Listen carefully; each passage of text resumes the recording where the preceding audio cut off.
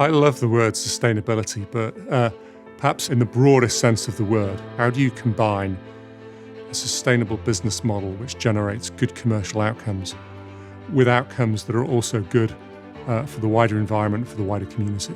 Of course, we've got a responsibility to our shareholders. But in addition, we've got a societal responsibility and a responsibility to future generations. I sit here at a board meeting, metaphorically with a grandchild sitting on my shoulder, thinking about what he will say to me in 10 years' time. When he's 18, he's going to understand and say back to me, "Granddad, what did you do when you had some influence in a big business?"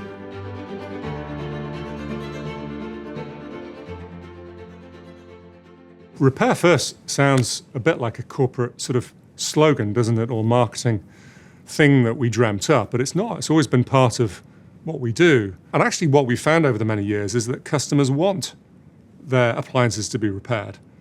Some of them even, interestingly, have names for their washing machines and appliances in the kitchen. They do. Well, we've actually studied this quite carefully, and probably logically it makes sense too, but doing a repair creates about 5% of the carbon emissions that a replacement would. So embedding that, improved sustainability in our processes is important. And as we discussed at the board, the team have come up with ways of using technology very effectively to make this happen. But why don't you tell us about SmartFix? Yeah, sure. So we've been looking at ways to reduce the instance of a truck roll. What do we mean by a truck roll? It's sending an engineer out to a customer's home, which we do 7,000 to 8,000 times a day in the UK. I guess that's where the insight and data comes from, and the intelligence from within the company to say, well, what are all the instances of all the fixes that we do? Yeah, it's a lot of engineers, isn't it? But also one of the other benefits of that is we're collecting all that information about what goes wrong on every different sort of washing machine or refrigerator, feeding that back then to the OEM, to the manufacturer, which helps them create more resilient long-term machines next time round. Leadership across our industry is also something we've talked about, and to be relevant in our industry, it's about being a relevant partner.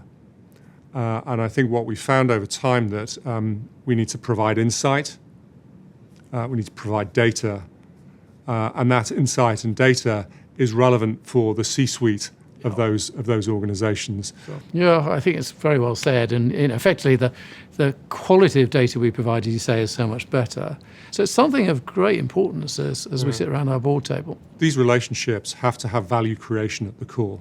Indeed. Because value creation, sustainable value creation, is what drives great partnerships over decades. Absolutely. In fact, no businesses I've been in have we had such long-standing relationships with business partners than this, because they go back, as you say, decades.